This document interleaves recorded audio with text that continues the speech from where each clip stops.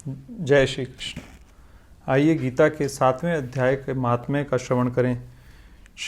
भगवान शिव कहते हैं, पार्वती अब मैं 7वें अध्याय का महात्म्य बतलाता हूँ, जिससे सुनकर कानों में अमृत राशि भर जाती है। पाटलिपुत्र नामक एक दुर्गम नगर है, जिसका गोपुर बहुत ही ऊंचा है। उस नगर में शंकुकर्ण नामक एक ब्राह्मण रहता था। उसने वैश्य वृत्ति का आश्रय लेकर बहुत धन कमाया, किंतु ना तो कभी पितरों का तर्पण किया और ना देवताओं का पूजन ही। वह धनोपार्जन में तत्पर होकर राजाओं को ही भोज दिया करता था। एक समय की बात है, उस ब्राह्मण ने अपना चौथा विवाह करने के लिए पुत्रों और बंधुओं के साथ यात्रा की। मार्ग में आधी रात के समय जब वह सो रहा था, एक सांप ने कहीं से आकर उसकी बाह में काट लिया। उसके काटते ही ऐसी अवस्था हो गई कि मणि, मंत्र और औषधि आदि से भी उसके शरीर की रक्षा असाध्य जान पड़ी। तत्पश्चात कुछ ही क्षणों में उसके प्राण पखेरु उड़ गए। फिर बहुत समय के बाद वह प्रेत सर्प योनि में उत्पन्न हुआ। उसका चित्त धन की वासना में बंधा था। उसने पूर्व वृतांत को स्मरण करके सोचा, मैंने जो घर के बाहर करोड़ों की संख्या में अपना धन गाड़ रखा है, उससे इन पुत्रों को वंचित करके स्वयं ही उसकी रक्षा करूंगा। एक दिन सांप की योनि से पीड़ित होकर पिता ने स्वप्न में अपने पुत्रों के समक्ष आकर अपना मनोभाव बताया। तब उसके निरंकुश पुत्रों ने सवेरे उठकर बड़े विस्मय के साथ एक दूसरे से स्वप्न की बात कही। उनमें से मझला पुत्र कुदाल लेकर घर से निकला और जहां उसके पिता सर्प योनि धारण करके रहते थे, उस स्थान पर गया। यद्यपि उससे धन के स्थान का ठीक ठीक पता नहीं था, तो भी उसने चिन्ह से उसका ठीक निश्चय कर लिया और लोभ बुद्धि से वहां पहुंचकर बांबी को खोदना आरंभ किया। तब उस बांबी से बड़ा भयानक सांप प्रकट हुआ और बोला, ओ मूढ़, तू कौन है? किस लिए आया है? क्यों बिल खोद रहा है? अथवा किसने तुझे भेजा है? ये सारी बातें मेरे सामने बता। पुत्र बोला, मैं आपका पुत्र हूँ, मेरा नाम शिव है। मैं रात्रि में देखे हुए स्वप्न से विस्मित होकर यहाँ का स्वर्ण लेने के कौतूहल से आया हूँ। पुत्र की यह वाणी सुनकर वह सांप हंसता हुआ उच्च स्वर से इस प्रकार स्पष्ट वचन बोला, यदि तू मेरा पुत्र है तो मुझे शीघ्र ही बंधन से मुक्त कर। मैं पूर्व जन्म के गाड़े हुए धन के लिए सर्प योनि में उत्पन्न हुआ हूँ। पुत्र ने पूछा, पिताजी आपकी मुक्ति कैसे होगी? इसका उपाय मुझे बताइए, क्योंकि मैं इस रात में सब लोगों को छोड़कर आपके पास आया हूँ। पिता ने कहा, बेटा, गीता के अमृत में 7वें अध्याय को छोड़कर मुझे मुक्ति करने में तीर्थ, दान, तप और यज्ञ भी सर्वथा समर्थ नहीं है। केवल गीता का 7वां अध्याय ही प्राणियों के जरा, मृत्यु आदि दुखों को दूर करने वाला है। पुत्र, मेरे श्राद्ध के दिन 7वें अध्याय का पाठ करने वाले ब्राह्मण को श्रद्धापूर्वक भोजन कराओ और इससे निसंदेह मेरी मुक्ति हो जाएगी। वत्स, अपनी शक्ति के अनुसार पूर्ण श्रद्धा के साथ वेद विद्या में प्रवीण अन्य ब्राह्मणों को भी भोजन कराना। सर्प योनि में पड़े हुए पिता के ये वचन सुनकर सभी पुत्रों ने उसकी आज्ञा के अनुसार तथा उससे भी अधिक किया। तब शंकुकर्ण ने अपने सर्प शरीर को त्याग कर दिव्य देह धारण किया और सारा धन पुत्रों के अधीन कर दिया। पिता ने करोड़ों की संख्या में जो धन बांट कर दिया था, उससे वे सदाचारी पुत्र बहुत प्रसन्न हुए। उनकी बुद्धि धर्म में लगी हुई थी, इसलिए उन्होंने बावली, कुआं, पोखरा, यज्ञ तथा देव मंदिर के लिए उस धन का उपयोग किया और अन्नशाला भी बनवाई। तत्पश्चात 7वें अध्याय का सदा जप करते हुए उन्होंने मोक्ष प्राप्त किया। पार्वती, यह तुम्हें 7वें अध्याय का महात्म्य बतलाया गया है, जिसके श्रवण मात्र से मानव सब पातकों से मुक्त हो जाता है। जय श्री कृष्ण। आइए गीता के 7वें अध्याय का भगवान श्री कृष्ण द्वारा अर्जुन को दिया गया संदेश सुने। उसके उपरांत श्री कृष्ण भगवान बोले, हे पार्थ, तू मेरे में अनन्य प्रेम से आसक्त हुए मन वाला और अनन्य भाव से मेरे परायण होकर योग में लगा हुआ मुझको संपूर्ण विभूति, बल, ऐश्वर्य आदि गुणों से युक्त सबका आत्मा रूप जिस प्रकार संशय रहित जानेगा, उसको सुन। मैं तेरे लिए इस रहस्य सहित तत्व ज्ञान को संपूर्णता से कहूँगा कि जिसको जानकर संसार में फिर और कुछ भी जानने योग्य शेष नहीं रहता है। हजारों मनुष्यों में कोई ही मनुष्य मेरी प्राप्ति के लिए यत्न करता है, और उन यत्न करने वाले योगियों में भी कोई ही पुरुष मेरे परायण हुआ मेरे को तत्व से जानता है, अर्थात यथार्थ मर्म से जानता है। हे अर्जुन, पृथ्वी, जल, अग्नि, वायु और आकाश तथा मन, बुद्धि और अहंकार भी ऐसे यह 8 प्रकार से विभक्त हुई मेरी प्रकृति है। ये 8 प्रकार के भेदों वाली तो अपरा है, अर्थात जड़ प्रकृति है। और हे महाभाव, इससे दूसरी को मेरी जीवात्मा रूप परा अर्थात चेतन प्रकृति जान।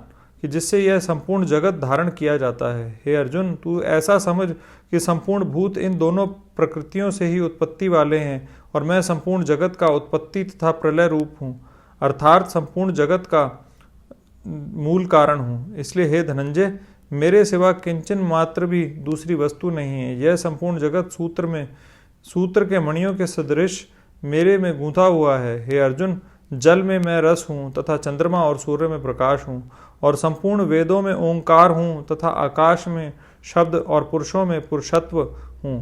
पृथ्वी में पवित्र गंध और अग्नि में तेज हूँ और संपूर्ण भूतों में उनका जीवन हूँ, अर्थात जिससे वे जीते हैं, और वह मैं हूँ और तपस्वियों में तप हूँ। हे अर्जुन, तू संपूर्ण भूतों का सनातन कारण मेरे को ही जान। मैं बुद्धिमानों की बुद्धि और तेजस्वियों का तेज हूँ। हे भरत श्रेष्ठ, मैं बलवानों का आसक्ति और कामनाओं से रहित बल अर्थात सामर्थ्य हूँ और सब भूतों में धर्म के अनुकूल अर्थात शास्त्र के अनुकूल काम हूँ। और भी जो सत्वगुण से उत्पन्न होने वाले भाव हैं और जो रजोगुण से तथा तमोगुण से होने वाले भाव हैं, उन सबको तू मेरे से ही होने वाले हैं ऐसा जान, परंतु वास्तव में उनमें मैं और वे मेरे में नहीं हैं। गुणों के कार्य रूप सात्विक, राजस और तामस, इन तीन प्रकार के भावों से अर्थात राग द्वेष विकारों से और संपूर्ण विषयों से यह सब संसार मोहित हो रहा है। इसलिए इन तीनों गुणों से परे मुझ अविनाशी को तत्व से नहीं जानता, क्योंकि यह अलौकिक अर्थात अति अद्भुत त्रिगुणमयी मेरी योग माया बड़ी दुस्तर है। परंतु जो पुरुष मेरे को ही निरंतर भजते हैं, वे इस माया को उल्लंघन कर जाते हैं, अर्थात संसार से तर जाते हैं। ऐसा सुगम उपाय होने पर भी माया द्वारा हरे हुए ज्ञान वाले और आसुरी स्वभाव को धारण किए हुए तथा मनुष्यों में नीच और दूषित कर्म करने वाले मूढ़ लोग तो मेरे को नहीं भजते। हे भरतवंशी, वंशियों में श्रेष्ठ अर्जुन, उत्तम काम वाले अर्थार्थी, आर्त, जिज्ञासु और ज्ञानी अर्थात निष्कामी, ऐसे चार प्रकार के भक्तजन मेरे को भजते हैं। उनमें भी नित्य मेरे में एक ही भाव से स्थित हुआ अनन्य प्रेम भक्ति वाला ज्ञानी भक्त अति उत्तम है, क्योंकि मेरे को तत्व से जानने वाले ज्ञानी को मैं अत्यंत प्रिय हूँ। वे ज्ञानी मेरे को अत्यंत प्रिय है। यद्यपि ये सभी उदार हैं, अर्थात श्रद्धा सहित मेरे भजन के लिए समय लगाने वाले होने से उत्तम है, परंतु ज्ञानी तो साक्षात मेरा स्वरूप ही है, ऐसा मेरा मत है। क्योंकि वह स्थिर बुद्धि ज्ञानी भक्त अति उत्तम गति स्वरूप मेरे में ही अच्छी प्रकार स्थित है। जो बहुत जन्मों के अंत के जन्म में तत्व ज्ञान को प्राप्त हुआ, ज्ञानी सब कुछ वासुदेव ही है, अर्थात वासुदेव के सिवा अन्य कुछ है ही नहीं, इस प्रकार मेरे को भजता है, वह महात्मा अति दुर्लभ है। हे अर्जुन, जो विषयासक्त पुरुष वे तो अपने स्वभाव से प्रेरे हुए तथा उन भोगों की कामना द्वारा ज्ञान से भ्रष्ट हुए उस नियम को धारण करके, अर्थात जिस देवता की पूजा के लिए जो नियम लोक में प्रसिद्ध है, उस नियम को धारण करके अन्य देवताओं को भजते हैं, अर्थात पूजते हैं। जो सकामी भक्त जिस देवता के स्वरूप को श्रद्धा से पूजना चाहता है, उस भक्त की मैं उस ही देवता के प्रति श्रद्धा को स्थिर करता हूँ।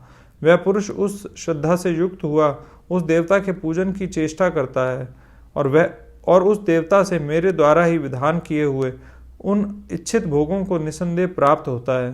परंतु उन अल्प बुद्धि वालों का वह फल नाशवान है तथा वे देवताओं को पूजने वाले देवताओं को प्राप्त होते हैं, और मेरे भक्त चाहे जैसे ही भजें, शेष में वे मेरे को ही प्राप्त होते हैं। ऐसा होने पर भी सब मनुष्य मेरा भजन नहीं करते। इसका कारण यह है कि बुद्धिहीन पुरुष मेरे अनुत्तम अर्थात जिससे उत्तम और कुछ भी नहीं है, ऐसे अविनाशी परम भाव को अर्थात अजन्मा अविनाशी हुआ भी अपनी माया से प्रकट होता हूँ, ऐसे प्रभाव को तत्व से ना जानते हुए मन इंद्रियों से परे मुझ सच्चिदानंद घन परमात्मा को मनुष्यों की भांति जन्मकर व्यक्ति भाव को प्राप्त हुआ मानते हैं। अपनी योग माया से छिपा हुआ मैं सबके प्रत्यक्ष नहीं होता हूँ, इसलिए यह अज्ञानी मनुष्य मुझ जन्म रहित अविनाशी परमात्मा को तत्व से नहीं जानता है, अर्थात मेरे को जन्मने मरने वाला समझता है। हे अर्जुन, पूर्व में व्यतीत हुए और वर्तमान में स्थित तथा आगे होने वाले सब भूतों को मैं जानता हूँ, परंतु मेरे को कोई भी श्रद्धा भक्ति रहित पुरुष नहीं जानता।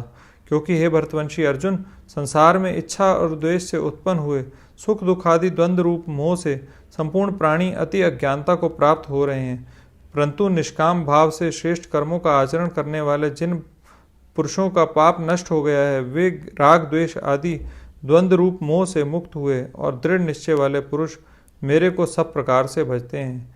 जो मेरे शरण होकर जरा और मरण से छूटने के लिए यत्न करते हैं, वे पुरुष उस ब्रह्म को तथा संपूर्ण अध्यात्म को, संपूर्ण कर्म को जानते हैं।